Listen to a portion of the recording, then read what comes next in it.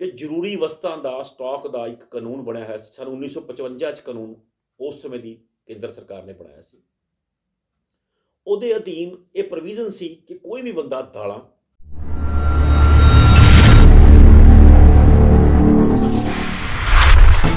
ਜ਼ਰੂਰਤ ਤੋਂ ਜ਼ਿਆਦਾ ਸਟਾਕ ਨਹੀਂ ਕਰ ਸਕਦਾ। ਅਗਰ ਜੇ ਕਰਦਾ ਵੀ ਹੈ ਜਿੰਨਾ ਵੀ ਹੋਊਗਾ ਉਹ ਸਰਕਾਰ ਦੀ ਨਿਗਾਹ ਦੇ ਵਿੱਚ ਰਹਿਣਾ ਚਾਹੀਦਾ ਤਾਂ ਜੋ ਉਹਦੀ ਬਲੈਕਮੇਲਿੰਗ ਨਾ ਹੋ, ਬਲੈਕ ਮਾਰਕੀਟਿੰਗ ਨਾ ਹੋ ਸਕੇ।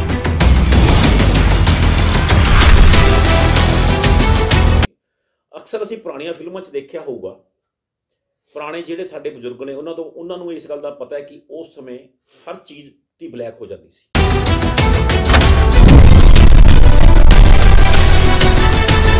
ਉਸ ਸਮੇਂ ਦੇ ਵਪਾਰੀ ਉਸ ਚੀਜ਼ਾਂ ਨੂੰ ਦੂਰ ਕਰਨ ਵਾਸਤੇ ਐਸੈਂਸ਼ੀਅਲ ਕਮੋਡਿਟੀ ਐਕਟ ਉਹਨਾਂ ਸਮਾਂ 'ਚ ਪਾਸ ਕੀਤਾ ਗਿਆ ਤਾਂ ਜੋ ਜਿਹੜਾ ਹੈਗਾ ਆਮ ਜਨਤਾ ਨੂੰ ਜਿਹੜਾ ਖਾਣ ਪੀਣ ਦਾ ਸਮਾਨ ਹੈ ਉਹ ਇੱਕ ਬੈਲੈਂਸ ਰੇਟ ਦੇ ਉੱਤੇ ਮਿਲਦਾ।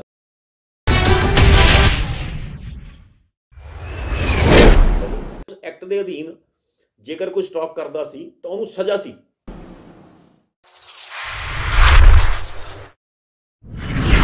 ਤੇਲ ਵਾਲੀਆਂ ਫਸਲਾਂ ਨੇ ਇਹਨਾਂ ਸਾਰਿਆਂ ਦੇ ਉੱਤੋਂ ਉਹ ਚੀਜ਼ ਦੀ ਲਿਮਿਟ ਜਿਹੜੀ ਹੈਗੀ ਉਹ ਚੱਕਤੀ।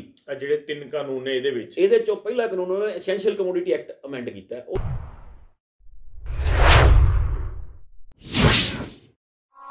ਮੰਨ ਲਓ ਜਿਹੜੀ ਚੀਜ਼ 100 ਰੁਪਏ ਦੀ ਮਿਲਦੀ ਹੈ ਤਾਂ 200 ਦੀ ਮੈਨੂੰ ਲੱਗ ਜੇ ਉਦੋਂ ਤੱਕ ਸਰਕਾਰ ਕੋਈ ਇੰਟਰਫੇਅਰ ਨਹੀਂ ਕਰੂਗੀ।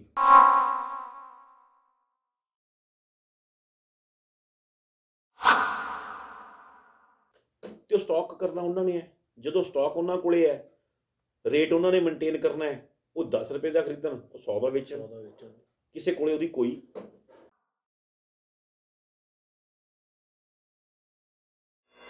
ਸਤਿ ਸ਼੍ਰੀ ਅਕਾਲ ਦੋਸਤੋ, ਮੈਂ ਤੁਹਾਡਾ ਆਪਣਾ ਸਚਿਨ। ਦੋਸਤੋ, ਕਿਸਾਨਾਂ ਦੇ ਧਰਨੇ ਚੱਲ ਰਹੇ ਨੇ, ਠੰਡ ਦੇ ਵਿੱਚ ਉਹ ਦਿੱਲੀ 'ਚ ਬੈਠੇ ਨੇ ਤੇ ਕਿਤੇ ਨਾ ਕਿਤੇ ਗੱਲਾਂ ਇਹ ਕਹੀਆਂ ਜਾ ਰਹੀਆਂ ਨੇ ਕਿ ਕਿਸਾਨ ਸਮਝਦੇ ਨਹੀਂ। ਸਮਝਣਾ ਇੱਥੇ ਇਹ ਹੈ ਕਿ ਸਰਕਾਰ ਤੁਹਾਨੂੰ ਕੀ ਦੇ ਰਹੀ ਹੈ, ਕਾਨੂੰਨ ਕੀ ਦੇ ਰਹੀ ਹੈ। ਕਿਸਾਨ ਉੱਥੇ ਆਪਣੀ ਜ਼ਮੀਨਾਂ ਦੀ ਲੜਾਈ ਨਹੀਂ ਲੜ ਰਹੇ ਨੇ, ਕਿਸਾਨ ਉੱਥੇ ਲੜ ਰਹੇ ਨੇ ਆਮ ਜਨਤਾ ਦੀ ਲੜਾਈ। ਕਿਉਂ ਲੜ ਰਹੇ ਨੇ? ਸਾਡੇ ਨਾਲ ਨੇ ਅਮਨਦੀਪ ਜੀ, ਜਿਨ੍ਹਾਂ ਤੋਂ ਅਸੀਂ ਪੁੱਛਾਂਗੇ ਕਿ ਇਹ ਲੜਾਈ ਕੀ ਹੈ ਔਰ ਇਹਦੇ ਵਿੱਚ ਆਮ ਜਨਤਾ ਦਾ ਕੀ ਨਫਾ ਹੈ ਤੇ ਕੀ ਨੁਕਸਾਨ ਹੈ। ਹਾਲਾਂਕਿ ਗੱਲ ਇਹ ਕਲੀਅਰ ਹੈ ਕਿ ਇਹਦੇ ਵਿੱਚ ਫਾਇਦਾ ਤਾਂ ਸ਼ਾਇਦ ਕਿਸੇ ਦਾ ਲੱਗਦਾ ਨਹੀਂ, ਨੁਕਸਾਨ ਹਰ ਵਰਗ ਦਾ ਹੈ। ਕਿਸਾਨ ਆਪਣੇ ਜ਼ਮੀਰ ਤੇ ਜ਼ਮੀਨ ਦੀ ਲੜਾਈ ਲੜ ਰਹੇ ਨੇ, ਇਹਦੇ ਵਿੱਚ ਸਹਿਯੋਗ ਹਰ ਇੱਕ ਨੂੰ ਪਾਉਣਾ ਚਾਹੀਦਾ ਹੈ, ਤਾਂ ਹੀ ਜਾ ਕੇ ਵਪਾਰੀਆਂ ਦੇ ਹੱਥੋਂ ਪੰਜਾਬ ਹਿੰਦੁਸਤਾਨ ਦਾ ਭਲਾ ਹੋ ਸਕਦਾ ਹੈ। ਆਪਾਂ ਅਮਨਦੀਪ ਜੀ ਤੋਂ ਪੁੱਛਦੇ ਹਾਂ ਕਿ ਕੀ ਹੈ ਇਹ ਮਸਲਾ ਤੇ ਉਹਨਾਂ ਦਾ ਆਪਾਂ ਸਵਾਗਤ ਕਰਦੇ ਹਾਂ।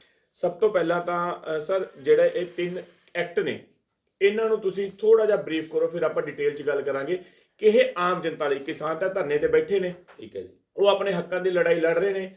ਲੋਕਾਂ ਨੂੰ ਕਿਹਾ ਜਾ ਰਿਹਾ ਹੈ ਕਿ ਜਿਹੜੇ ਕਿਸਾਨ ਨੇ ਉਹ ਸਿਰਫ ਆਪਣੀ ਖੇਤੀ ਪਿੱਛੇ ਲੜਾਈ ਲੜ ਰਹੇ ਨੇ, ਆਪਣੀ ਜ਼ਮੀਨ ਪਿੱਛੇ। ਇਹ ਗੱਲ ਸੱਚੀ ਹੈ ਕਿ ਜਿਹੜੀ ਉਹ ਲੜਾਈ ਆ ਉਹ ਆਮ ਜਨਤਾ ਲਈ ਲੜ ਰਹੇ ਨੇ ਕਿਸਾਨ। ਇੰਨੀ ਠੰਡ ਦੇ ਵਿੱਚ ਬੈਠੇ ਨੇ, ਉਰੇ ਬੈਠ ਕੇ ਲੋਕ ਕੁਝ ਕਹੀ ਜਾਂਦੇ ਨੇ, ਉਹ ਉੱਥੇ ਲੋਕਾਂ ਦੀ ਲੜਾਈ ਲੜ ਰਹੇ ਨੇ। ਇਹ ਸੱਚ ਹੈ? ਸਚਿਨ ਜੀ, ਸਭ ਤੋਂ ਪਹਿਲਾਂ ਤਾਂ ਮੈਂ ਤੁਹਾਡਾ ਮੈਨੂੰ ਆਪਣੇ ਚੈਨਲ ਤੇ ਬੁਲਾਉਣ ਤੇ ਹਾਰਦਿਕ ਧੰਨਵਾਦ ਕਰਦਾ ਅਤੇ ਦਰਸ਼ਕਾਂ ਨੂੰ ਪਿਆਰ ਭਰੀ ਸਤਿ ਸ਼੍ਰੀ ਅਕਾਲ। ਸਚਿਨ ਜੀ, ਇਹ ਜਿਹੜਾ ਕੇਂਦਰ ਸਰਕਾਰ ਨੇ ਇਹ ਕਾਨੂੰਨ ਪਾਸ ਕੀਤੇ ਨੇ, ਅਸੀਂ ਰੋਜ਼ ਅਖਬਾਰਾਂ ਰਾਹੀਂ ਤੇ ਮੀਡੀਆ ਰਾਹੀਂ ਇਸ ਗੱਲ ਦਾ ਪ੍ਰਚਾਰ ਕੀਤਾ ਜਾ ਰਿਹਾ ਹੈ ਕਿ ਕਿਸਾਨ ਜਿਹੜੇ ਨੇ ਇਹ ਬਿਨਾਂ ਮਤਲਬ ਤੋਂ ਧਰਨੇ ਤੇ ਬੈਠੇ ਨੇ, ਜਦੋਂ ਕਿ ਅਜਿਹਾ ਨਹੀਂ ਹੈ। ਅਸਲੀਅਤ ਦੇ ਵਿੱਚ ਇਹ ਜਿਹੜੇ ਕਾਨੂੰਨ ਨੇ ਸਿਰਫ ਕਾਰਪੋਰੇਟ ਸੈਕਟਰ ਨੂੰ ਫਾਇਦਾ ਪਹੁੰਚਾਉਣ ਦੇ ਲਈ ਪਾਸ ਕੀਤੇ ਗਏ ਨੇ, ਕਿਉਂਕਿ ਇਹਨਾਂ ਨੂੰ ਪਾਸ ਕਰਨ ਦਾ ਜਿਹੜਾ ਸਿੱਧੇ ਤੌਰ ਤੇ ਇਫੈਕਟ ਨਹੀਂ ਸਮਝ ਆਉਂਦਾ। ਪਹਿਲੀ ਨਿਗਾਹ ਨਾਲ, ਨੁਕਤੇ ਨਿਗਾਹ ਨਾਲ ਆਮ ਬੰਦੇ ਦੀ ਸਮਝ 'ਚ ਨਹੀਂ ਆਉਂਦਾ ਵੀ ਇਹਦਾ ਮੈਨੂੰ ਕੀ ਪ੍ਰਭਾਵ ਪਊਗਾ। ਸਭ ਤੋਂ ਪਹਿਲਾਂ ਜਿਹੜਾ ਇਹਨਾਂ ਨੇ ਐਕਟ ਅਮੈਂਡ ਕੀਤਾ ਉਹ ਕੀਤਾ ਐਸੈਂਸ਼ੀਅਲ ਕਮੋਡਿਟੀਜ਼ ਐਕਟ, ਜਿਹਨੂੰ ਮੈਂ ਪੰਜਾਬੀ 'ਚ ਸਰਲ ਭਾਸ਼ਾ 'ਚ ਕਹਾਂ ਕਿ ਜ਼ਰੂਰੀ ਵਸਤਾਂ ਦਾ ਸਟਾਕ ਦਾ ਇੱਕ ਕਾਨੂੰਨ ਬਣਿਆ ਹੈ ਸਨ 1955 'ਚ ਕਾਨੂੰਨ ਉਸ ਸਮੇਂ ਦੀ ਕੇਂਦਰ ਸਰਕਾਰ ਨੇ ਬਣਾਇਆ ਸੀ। ਉਹਦੇ ਅਧੀਨ ਇਹ ਪ੍ਰੋਵੀਜ਼ਨ ਸੀ ਕਿ ਕੋਈ ਵੀ ਬੰਦਾ ਦਾਲਾਂ, ਅਨਾਜ, ਤੇਲ ਤੇ ਆਲੂ, ਪਿਆਜ਼ ਵਗੈਰਾ ਜਿਹੜਾ ਹੈਗਾ ਉਹ ਜ਼ਰੂਰਤ ਤੋਂ ਜ਼ਿਆਦਾ ਸਟਾਕ ਨਹੀਂ ਕਰ ਸਕਦਾ। ਅਗਰ ਜੇ ਕਰਦਾ ਵੀ ਹੈ ਜਿੰਨਾ ਵੀ ਹੋਊਗਾ ਉਹ ਸਰਕਾਰ ਦੀ ਨਿਗਾਹ ਦੇ ਵਿੱਚ ਰਹਿਣਾ ਚਾਹੀਦਾ ਤਾਂ ਜੋ ਉਹਦੀ ਬਲੈਕਮੇਲਿੰਗ ਨਾ ਹੋ, ਬਲੈਕ ਮਾਰਕੀਟਿੰਗ ਨਾ ਹੋ ਸਕੇ। ਅਕਸਰ ਅਸੀਂ ਪੁਰਾਣੀਆਂ ਫਿਲਮਾਂ 'ਚ ਦੇਖਿਆ ਹੋਊਗਾ, ਪੁਰਾਣੇ ਜਿਹੜੇ ਸਾਡੇ ਬਜ਼ੁਰਗ ਨੇ ਉਹਨਾਂ ਨੂੰ ਇਸ ਗੱਲ ਦਾ ਪਤਾ ਹੈ ਕਿ ਉਸ ਸਮੇਂ ਹਰ ਚੀਜ਼ ਦੀ ਬਲੈਕ ਹੋ ਜਾਂਦੀ ਸੀ। ਇਸ ਫਸਲਾਂ ਦਾ ਸਟਾਕ ਕਰ ਲੈਂਦੇ ਸੀ ਉਸ ਸਮੇਂ ਦੇ ਵਪਾਰੀ।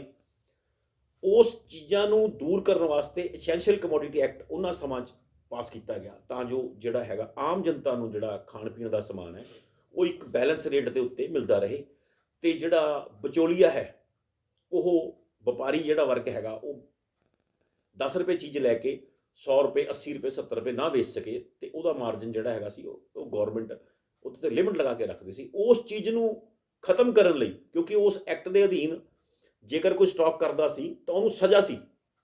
ਠੀਕ ਹੈ। ਉਹ ਚੀਜ਼ਾਂ ਇਹਨਾਂ ਨੂੰ ਸਮਝ ਆ ਗਈਆਂ ਕਾਰਪੋਰੇਟਸ ਨੂੰ ਵੀ ਜੇ ਅਸੀਂ ਐਕਟ ਦੇ ਵਿੱਚ ਇਕੱਠਾ ਸਟਾਕ ਕਰਾਂਗੇ ਤਾਂ ਸਾਨੂੰ ਸਜ਼ਾ ਹੋ ਸਕਦੀ ਹੈ। ਸਭ ਤੋਂ ਪਹਿਲਾਂ ਇਹਨਾਂ ਨੇ ਐਸੈਂਸ਼ੀਅਲ ਕਮੋਡਿਟੀਜ਼ ਐਕਟ ਨੂੰ ਅਮੈਂਡ ਕੀਤਾ। ਉਸ ਐਕਟ ਦੇ ਅਧੀਨ ਇਹਨਾਂ ਨੇ ਆਲੂ, ਪਿਆਜ਼, ਦਾਲਾਂ, ਅਨਾਜ ਤੇ ਤਿਲਹਨ, ਜਿਹੜੇ ਤੇਲ ਵਾਲੀਆਂ ਫਸਲਾਂ ਨੇ, ਇਹਨਾਂ ਸਾਰਿਆਂ ਦੇ ਉੱਤੋਂ ਉਹ ਚੀਜ਼ ਦੀ ਲਿਮਿਟ ਜਿਹੜੀ ਹੈਗੀ ਉਹ ਚੱਕਤੀ। ਜਿਹੜੇ 3 ਕਾਨੂੰਨ ਨੇ ਇਹਦੇ ਚੋਂ ਪਹਿਲਾ ਕਾਨੂੰਨ ਉਹਨਾਂ ਨੇ ਐਸੈਂਸ਼ੀਅਲ ਕਮੋਡਿਟੀ ਐਕਟ ਅਮੈਂਡ ਕੀਤਾ। ਉਹਦੇ 'ਚ ਕੀ ਪਾਤਾ ਕਿ ਜੀ ਜੇ ਰਿਟੇਲ ਦੇ ਵਿੱਚ ਜਿਹੜੀ ਚੀਜ਼ ਖਰਾਬ ਨਹੀਂ ਹੋ ਸਕਦੀ ਉਹਦਾ 100% ਰੇਟ ਵੱਧ ਜੇ, ਉੱਥੇ ਤੱਕ ਵੱਧ ਸਕਦਾ ਹੈ। ਮੰਨ ਲਓ ਜਿਹੜੀ ਚੀਜ਼ 100 ਰੁਪਏ ਦੀ ਮਿਲਦੀ ਹੈ ਤਾਂ 200 ਦੀ ਮਿਲਣ ਲੱਗ ਜੇ, ਉਦੋਂ ਤੱਕ ਸਰਕਾਰ ਕੋਈ ਇੰਟਰਫੇਅਰ ਨਹੀਂ ਕਰੂਗੀ। ਠੀਕ ਹੈ ਜੀ। ਤੇ ਜਿਹੜੀ ਚੀਜ਼ ਖਰਾਬ ਹੋਣ ਵਾਲੀ ਹੈ ਜੇ ਉਹ 100 ਦੀ 50 150 ਰੁਪਏ ਦੀ ਵਿਕਣ ਲੱਗ ਜੇ ਤਾਂ ਉੱਥੇ ਤੱਕ ਸਰਕਾਰ ਇੰਟਰਫੇਅਰ ਨਹੀਂ ਕਰੂਗੀ। ਉਹਦਾ ਨੁਕਸਾਨ ਕਿਹਨੂੰ ਹੋਣਾ? ਉਹਦਾ ਨੁਕਸਾਨ ਸਿਰਫ ਤੇ ਸਿਰਫ ਗਰੀਬ ਵਰਗ ਨੂੰ ਤੇ ਮੱਧ ਵਰਗ ਨੂੰ ਹੋਣਾ ਹੈ। ਹਰ ਨੂੰ ਹੀ ਹੋ ਗਿਆ ਜੀ, ਜਿਹੜਾ ਚੀਜ਼ ਮਹਿੰਗੀ ਖਰੀਦਣੀ ਪੈ ਗਈ। ਅਮੀਰ ਆਦਮੀ ਕੋਲੇ ਤਾਂ ਪਾਵਰ ਹੈ ਜੀ, ਉਹ ਅਮੀਰ ਆਦਮੀ ਤਾਂ ਫਿਰ ਵੀ ਉਹਦੇ ਕੋਲੇ ਪਰਚੇਜ਼ਿੰਗ ਪਾਵਰ ਹੈਗੀ, ਉਹ ਲੈ ਲੇਗਾ। ਗਰੀਬ ਆਦਮੀ ਤੇ ਮਿਡਲ ਕਲਾਸ ਦਾ ਜਿਹੜਾ ਬੰਦਾ ਹੈ ਉਹਦੇ ਕੋਲੇ ਇੰਨੀ ਪਰਚੇਜ਼ਿੰਗ ਪਾਵਰ ਨਹੀਂ ਹੈਗੀ, ਉਹਨੂੰ ਉਹ ਖਰੀਦਣਾ ਹੀ ਪੈਣਾ ਹੈ ਮਹਿੰਗੇ ਭਾਅ ਤੇ। ਇਹ ਚੀਜ਼ਾਂ ਜਿਹੜੀਆਂ ਹੈਗੀਆਂ ਉਸ ਕਾਰਪੋਰੇਟ ਸੈਕਟਰ ਨੂੰ ਸਜ਼ਾ ਤੋਂ ਬਚਾਉਣ ਲਈ ਇਹਨਾਂ ਨੇ ਉਹਦੇ 'ਚ ਅਮੈਂਡਮੈਂਟ ਕਰਤੀ। ਜਦੋਂ ਕਿ ਇਹ ਕਿਹਾ ਜਾ ਰਿਹਾ ਹੈ, ਪ੍ਰਚਾਰ ਇਹ ਕਰ ਰਹੇ ਨੇ ਕਿ ਜੇ ਕਿਸਾਨਾਂ ਦੇ ਭਲੇ ਦਾ। ਮੈਂ ਬਹੁਤ ਸਾਰੇ ਕਿਸਾਨਾਂ ਨੂੰ ਜਾਣਦਾ, ਤਕਰੀਬਨ ਹਰ ਬੰਦਾ ਕਿਸਾਨਾਂ ਨਾਲ ਰਿਲੇਟਡ ਹੈਗਾ। ਤੁਸੀਂ ਕਦੇ ਵੀ ਦੇਖਿਆ ਹੋ ਸਚਿਨ ਜੀ, ਕਿਸੇ ਵੀ ਕਿਸਾਨ ਨੇ ਅਗਰ ਫਸਲ ਉਹਦੀ ਅੱਜ ਆ ਗਈ ਤਾਂ ਉਹਨੇ ਅੱਜ ਦੀ ਫਸਲ ਸਵੇਰ ਨੂੰ ਮੰਡੀ 'ਚ ਵਿਕੀ ਜਾਂਦੀ ਹੈ ਜੀ, ਬਚਾ ਦੇਣੀ ਹੈ ਜੀ, ਤੇ ਉਹ 3 ਦਿਨ ਵੀ ਵੇਟ ਨਹੀਂ ਕਰ ਸਕਦਾ, ਤਾਂ ਉਹ ਸਟਾਕ ਕੌਣ ਕਰੂਗਾ? ਕਾਰਪੋਰੇਟ ਜੀ। ਕਿਸਾਨ ਕੋਲੇ ਤਾਂ ਸਟਾਕ ਕਰਨ ਦੀ ਪਾਵਰ ਹੀ ਹੈ ਨਹੀਂ ਜੀ। ਜਦੋਂ ਉਹਦੇ ਕੋਲ ਪਾਵਰ ਹੀ ਹੈ ਨਹੀਂ ਤਾਂ ਕਿਸਾਨ ਨੂੰ ਇਸ ਐਸੈਂਸ਼ੀਅਲ ਕਮੋਡਿਟੀ ਐਕਟ ਦਾ ਕੀ ਫਾਇਦਾ ਮਿਲੇਗਾ? ਕੋਈ ਫਾਇਦਾ ਨਹੀਂ। ਸਹੀ ਮਾਇਨੇ ਦੇ ਵਿੱਚ ਤਾਂ ਹੈ ਕਿ ਵਪਾਰੀਆਂ ਵਾਸਤੇ, ਇਹ ਸਿਰਫ ਤੇ ਸਿਰਫ ਵੱਡੇ ਵਪਾਰੀਆਂ ਵਾਸਤੇ। ਇਹ ਸਮਾਂ ਆਉਣਾ ਹੈ ਕਿ ਹਿੰਦੁਸਤਾਨ ਦੇ ਅੰਦਰ ਜਿਹੜਾ ਛੋਟਾ ਦੁਕਾਨਦਾਰ ਹੈ ਉਹ ਵੀ ਖਤਮ ਹੋ ਜਾਣਾ ਹੈ। ਇਹ ਛੋਟਾ ਦੁਕਾਨਦਾਰ ਇਹ ਨਾ ਸੋਚੇ ਵੀ ਕਿ ਛੋਟਾ ਦੁਕਾਨਦਾਰ ਬਚਿਆ ਰਹੇਗਾ, ਨਾ ਨਾ ਨਾ ਨਾ। ਕਿਉਂਕਿ ਜਦੋਂ ਕਾਰਪੋਰੇਟ ਨੇ ਹਿੰਦੁਸਤਾਨ ਦੇ ਅੰਦਰ ਗਲਬਾ ਪੈਦਾ ਕਰਨਾ ਸ਼ੁਰੂ ਕਰ ਦਿੱਤਾ, ਤੁਹਾਨੂੰ ਸ਼ਾਇਦ ਪਤਾ ਹੋਣਾ ਚਾਹੀਦਾ ਕਿ ਅਡਾਨੀਜ਼ ਦੇ ਜਿਹੜੇ ਗਡਾਊਨਸ ਨੇ 2019 ਤੋਂ ਹੀ ਬਣਨੇ ਸ਼ੁਰੂ ਹੋ ਚੁੱਕੇ ਨੇ, ਔਰ ਉਹ ਵੱਡੇ ਵੱਡੇ ਕਪੈਸਿਟੀਆਂ ਦੇ ਗਡਾਊਨਸ ਨੇ ਜਿੱਥੇ ਕਿ ਹਜ਼ਾਰਾਂ ਮੀਟ੍ਰਿਕ ਟਨ, ਲੱਖਾਂ ਮੀਟ੍ਰਿਕ ਟਨ ਜਿਹੜਾ ਹੈਗਾ ਅਨਾਜ ਸਟਾਕ ਹੋਣਾ ਹੈ। ਤੇ ਉਹ ਸਟਾਕ ਕਰਨਾ ਉਹਨਾਂ ਨੇ ਹੈ। ਜਦੋਂ ਸਟਾਕ ਉਹਨਾਂ ਕੋਲੇ ਹੈ, ਰੇਟ ਉਹਨਾਂ ਨੇ ਮੇਨਟੇਨ ਕਰਨਾ ਹੈ, ਉਹ 10 ਰੁਪਏ ਦਾ ਖਰੀਦਣ, ਉਹ 100 ਦਾ ਵੇਚਣ। ਕਿਸੇ ਕੋਲੇ ਉਹਦੀ ਕੋਈ। ਇੱਕ ਆਪਣੀ ਗੱਲ ਚੱਲ ਰਹੀ ਸੀ ਕਿ ਤੇਲ, ਤੁਸੀਂ ਆਪਾਂ ਤੇਲ ਦੀ ਇੱਕ ਐਗਜ਼ਾਮਪਲ ਦੇ ਰਹੇ ਸੀ ਤੁਸੀਂ ਕਿ ਤੇਲ ਅੱਜ ਤੋਂ 6 ਮਹੀਨੇ ਪਹਿਲਾਂ 100 ਰੁਪਏ ਨੂੰ ਮਿਲਦਾ ਸੀ ਤੇ ਹੁਣ ਕਿਸ ਰੇਟ ਤੇ ਵਗ ਗਿਆ। ਇਹ ਇਸ ਦਾ ਪਾਰਟ ਹੈ। ਬਿਲਕੁਲ ਸਰ। ਤੁਸੀਂ ਅੱਜ ਆਇਲ ਮਾਰਕੀਟ ਦੇ ਉੱਤੇ ਅਡਾਨੀਜ਼ ਦਾ ਕਬਜ਼ਾ ਹੋ ਚੁੱਕਿਆ ਹੈ। ਜਿਹੜੇ ਮੇਨ ਫੋਰਚੂਨ ਬ੍ਰਾਂਡ ਹੈ, ਕਿੰਗ ਬ੍ਰਾਂਡ ਹੈ, ਇਹ ਸਾਰੇ ਅਡਾਨੀਜ਼ ਦੇ ਬ੍ਰਾਂਡ ਨੇ। ਅੱਜ ਤੋਂ ਤਕਰੀਬਨ 6-7 ਮਹੀਨੇ ਪਹਿਲਾਂ ਤੁਸੀਂ ਧਿਆਨ ਮਾਰੋ ਕਿ ਜਿਹੜਾ ਤੁਹਾਡਾ ਰਿਫਾਈਨਡ ਸੀ ਜਾਂ ਸਰੋਂ ਦਾ ਤੇਲ ਸੀ, ਇਹ ਤਕਰੀਬਨ ਸਰੋਂ ਦਾ ਤੇਲ ਤੁਹਾਨੂੰ 70-80 ਰੁਪਏ 85 ਰੁਪਏ ਕਿਲੋ ਲੀਟਰ ਮਿਲ ਜਾਂਦਾ ਸੀਗਾ, ਜਿਹੜਾ ਕਿ ਅੱਜ 130 ਰੁਪਏ ਤੋਂ ਉੱਪਰ ਹੋ ਚੁੱਕਿਆ। 130 ਰੁਪਏ ਲੀਟਰ ਤੁਹਾਨੂੰ ਸਰੋਂ ਦਾ ਤੇਲ ਮਿਲ ਰਿਹਾ। ਉਹ ਕਿਉਂ ਮਿਲ ਰਿਹਾ? ਕਿਉਂਕਿ ਉਹਨਾਂ ਨੇ ਸਰੋਂ ਪਹਿਲਾਂ ਹੀ ਸਟਾਕ ਕਰਨੀ ਸ਼ੁਰੂ ਕਰਤੀ ਸੀ ਇਸ ਆਰਡੀਨੈਂਸ ਦੀ ਆੜ 'ਚ। ਅਸੀਂ ਲੋਕਡਾਊਨ ਤੋਂ ਘਰੇ ਬੈਠੇ ਔਖੇ ਹੋ ਰਹੇ ਸੀ, ਲੋਕਡਾਊਨ 'ਚ ਮਜਬੂਰ ਹੋ ਰਹੇ ਸੀ, ਪਰ ਸਰਕਾਰ ਨੇ ਲੋਕਡਾਊਨ 'ਚ ਕਾਰਪੋਰੇਟਸ ਨੂੰ ਬੈਨੀਫਿਟ ਦੇਣ ਵਾਸਤੇ ਇਹ ਐਸੈਂਸ਼ੀਅਲ ਕਮੋਡਿਟੀ ਐਕਟ ਬਣਾਤਾ ਤਾਂ ਜੋ ਸਟਾਕ ਉਹ ਕਰਨਗੇ ਤਾਂ ਉਹਨਾਂ ਨੂੰ ਕੋਈ ਨੁਕਸਾਨ ਨਾ ਪਹੁੰਚੇ।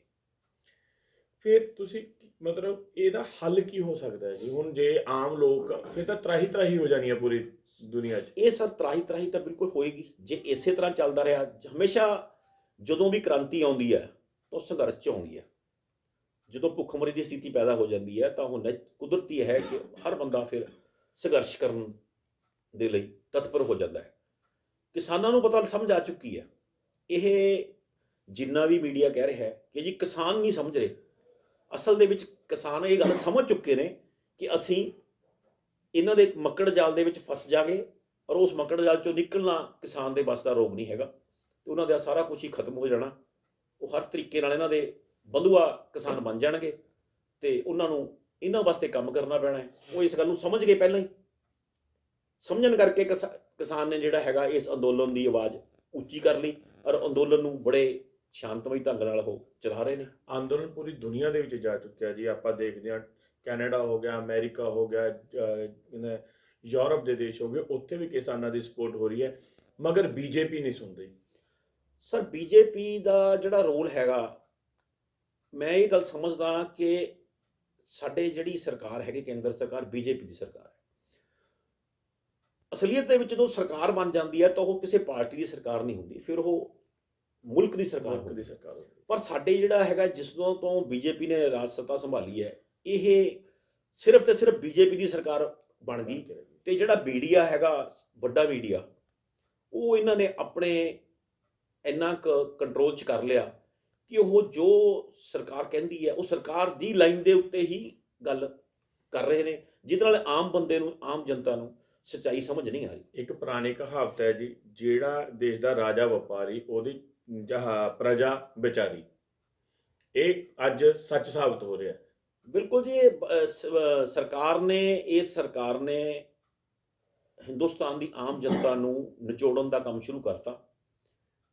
ਤੁਸੀਂ ਇਹ ਦੇਖਿਆ ਹੋਊਗਾ ਕਿ ਜਿਹੜਾ ਅੱਜ ਤੋਂ 2 ਸਾਲ ਪਹਿਲਾਂ, 1.5 ਸਾਲ ਪਹਿਲਾਂ ਰਿਲਾਇੰਸ ਨੇ ਜੀਓ ਲਾਂਚ ਕੀਤਾ, ਉਹ ਫ੍ਰੀ 'ਚ ਦੇਤਾ ਪਹਿਲਾਂ। ਅੱਜ ਉਹਦਾ ਡਾਟਾ ਪਲਾਨ 300 ਰੁਪਏ 250 ਰੁਪਏ ਮਹਿੰਗਾ ਤੇ ਪਹੁੰਚ ਚੁੱਕਿਆ ਮਹੀਨੇ ਦਾ। ਉਹਨਾਂ ਨੂੰ ਲੱਤ ਲੱਗ ਗਈ, ਹੁਣ ਉਹ ਵਰਤ ਰਹੇ ਨੇ। ਤੇ BSNL ਜਿਹੜਾ ਕਿ ਇੱਕ ਕੇਂਦਰ ਦਾ ਅਦਾਰਾ ਸੀਗਾ, ਸਰਕਾਰ ਦਾ ਅਦਾਰਾ ਸੀ, ਪਰ ਉਹ ਅੱਜ ਇਹ ਸਥਿਤੀ 'ਚ ਪਹੁੰਚ ਗਿਆ ਕਿ ਉਹਨੇ ਆਪਣੇ 80% ਮੁਲਾਜ਼ਮ ਜਿਹੜੇ ਹੈਗੇ ਨੇ ਉਹ ਖਤਮ ਕਰਤੇ, ਰਿਟਾਇਰਮੈਂਟਾਂ ਦੇ ਦਿੱਤੀਆਂ।